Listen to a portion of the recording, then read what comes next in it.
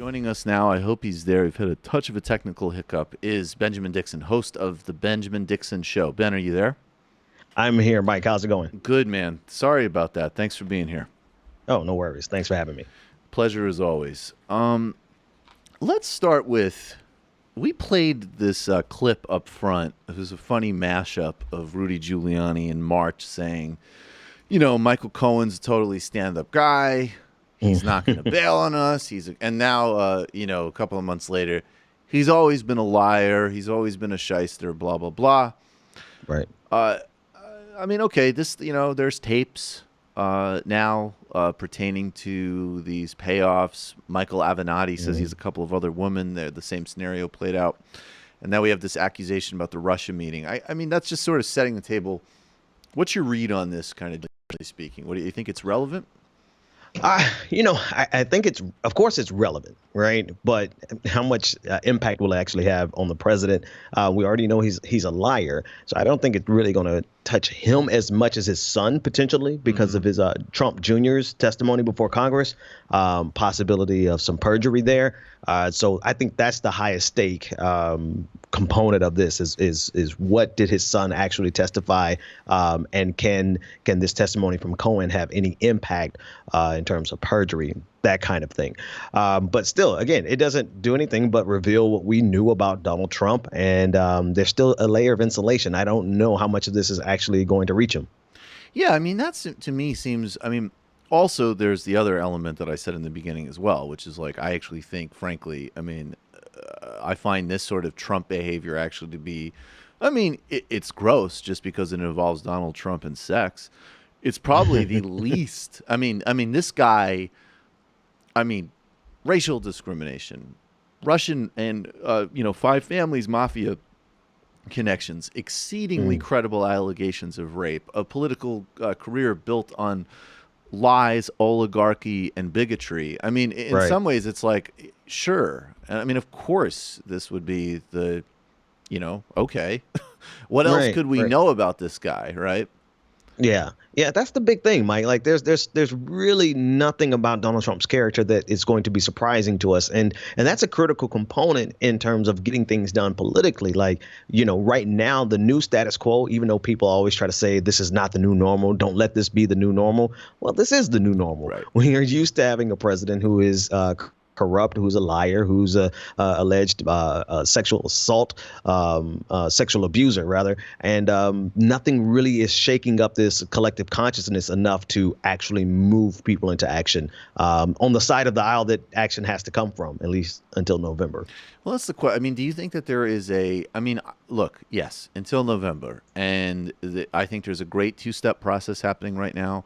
There's people like, obviously Alexandria Ocasio-Cortez, Connie-Ella Ng, Watud in Massachusetts. I'd add her to the mix.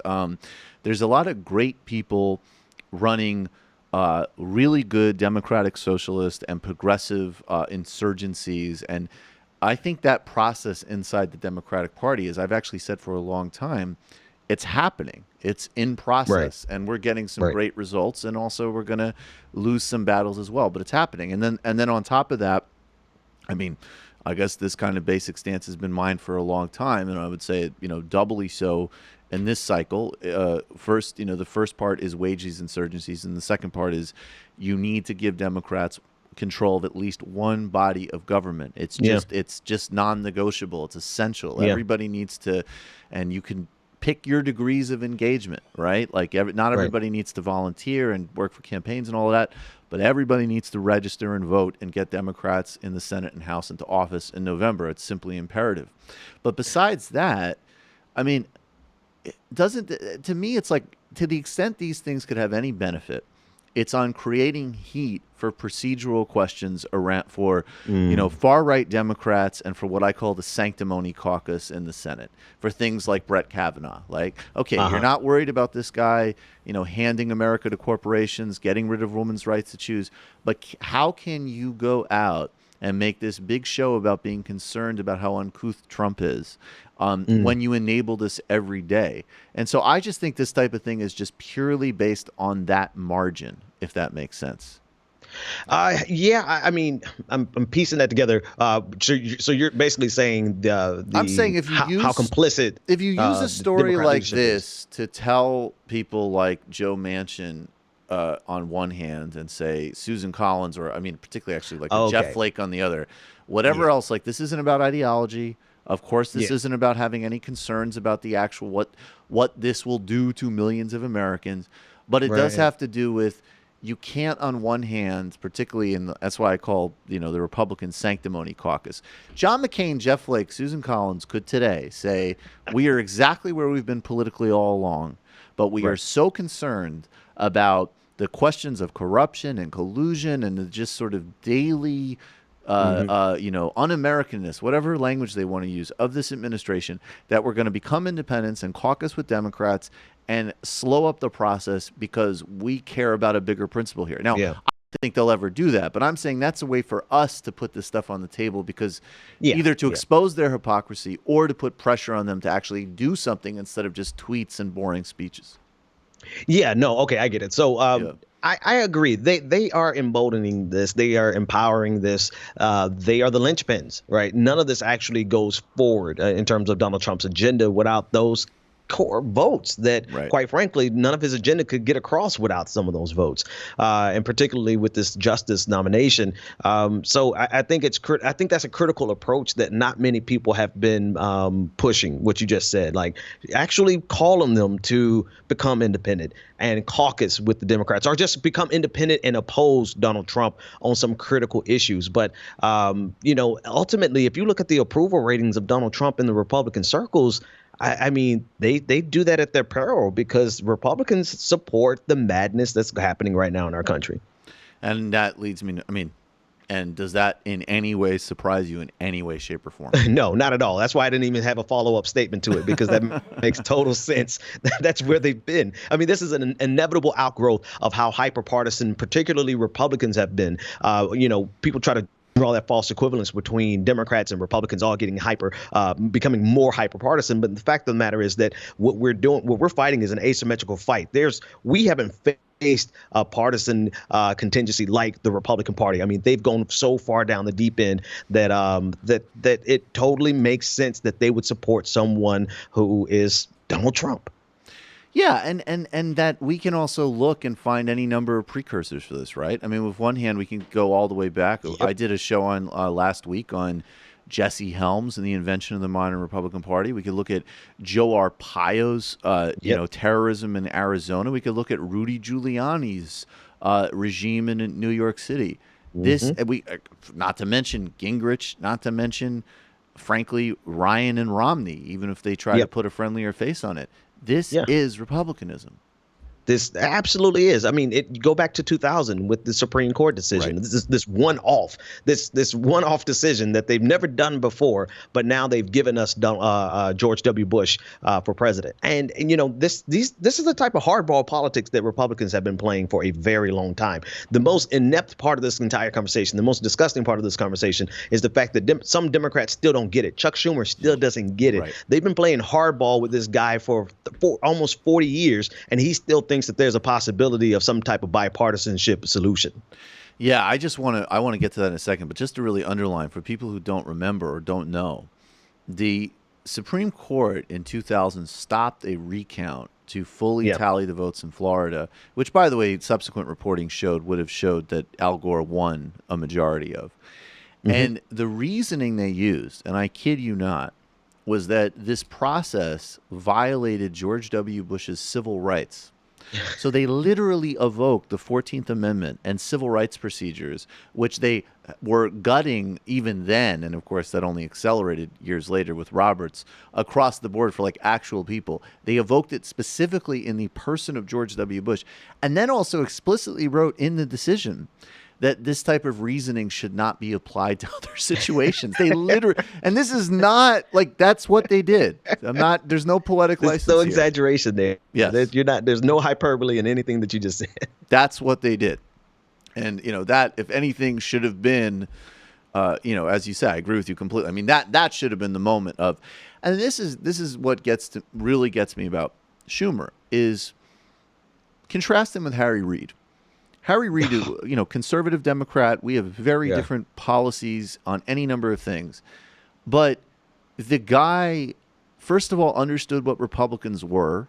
Hmm. He's said in interviews, like he's like, I begged President Obama in the beginning to listen to me about who he was dealing with. Hmm. And he understood it was a knife fight. Yeah. The thing that's amazing about Chuck Schumer is when you have an ideology problem and a wussbaggery problem.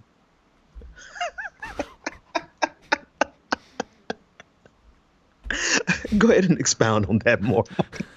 It's like the word. Well, it's like you there. I mean, and this is. I mean, not to. I'm very sick of relitigating 2016. But right, that was part of the big problem with Hillary. Was like, okay, even if you don't like my politics, I really know how to win and I know how to fight dirty. No, you don't. Hmm. There Yeah, might have she been didn't. there might have been a contingent of politicians at some point, and Obama was probably the last of them, frankly, who had a ideological profile that did not fit the needs of the moment by any stretch of the Mm. imagination, but they actually knew how to play some hardball and win some fights now and again. Yeah. Yep. And now you have a leadership which is both totally out of date ideologically and doesn't even understand, as a Harry Reid understood, you got to just ground and pound these guys.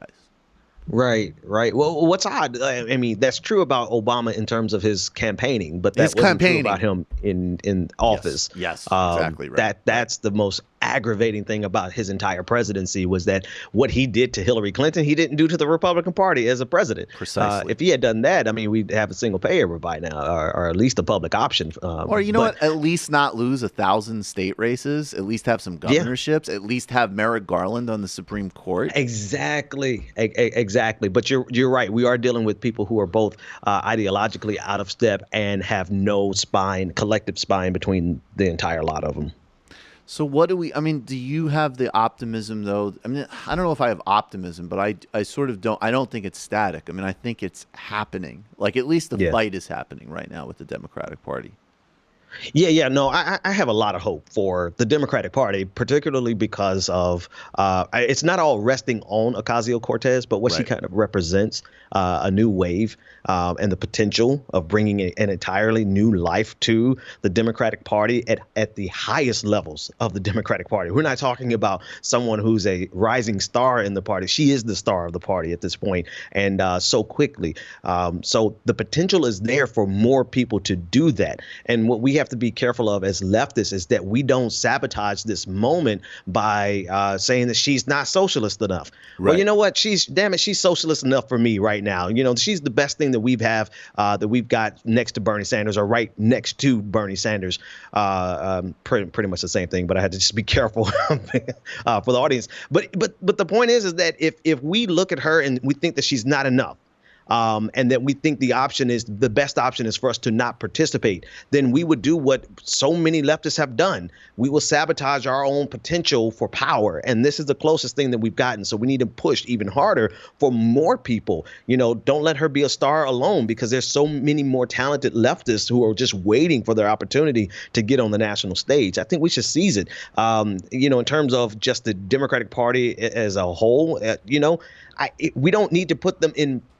We have to wait to 2020 before they get the White House.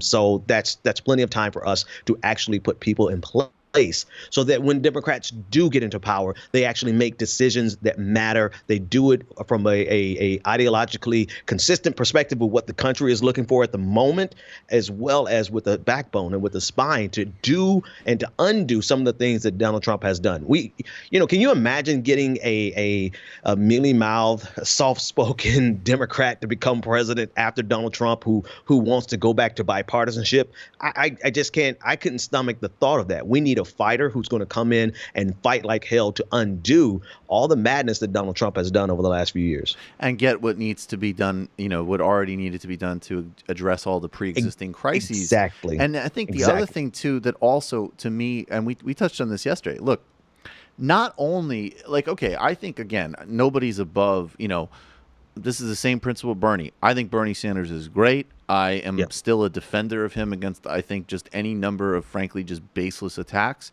At the same time, I'm totally willing to have, a fair and smart critique to help him get better. Same principle applies to Ocasio-Cortez. Right. But the thing is that it's like, if you want Ocasio-Cortez to be as great as she can be, if you want Bernie to be as great as he can be, if you also want other people don't have the same profile but have actually been really good as well. I'm thinking of a Barbara Lee as an example, who I Yes. really want to get into House leadership.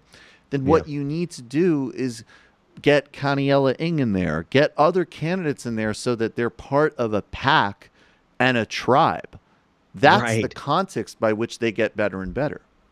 I mean, they people understand this intuitively, right? That because you do the same thing on Twitter, right? Leftism is growing because we have a tribe now, right? Right. Socialism is growing because we have a tribe. Marxist-Leninism is growing because they have a tribe. Right. It makes total sense. But what is happening instead is that people are they're tearing down the potential that we have simply because they aren't as this particular candidate isn't as perfect as they need them to be, or because of the intellectual thing to do now, or the pseudo intellectual thing to do now, is to be a critic of the Democratic Party instead of trying to actually change the Democratic Party. People see more value, social value online, to just be a critic of the Democratic Party without doing anything to replace the Democratic Party from within or from without, for that matter. Well, yeah, I mean, because I think across the board for all this stuff, we need strikes, we need protests, we need occupations, we need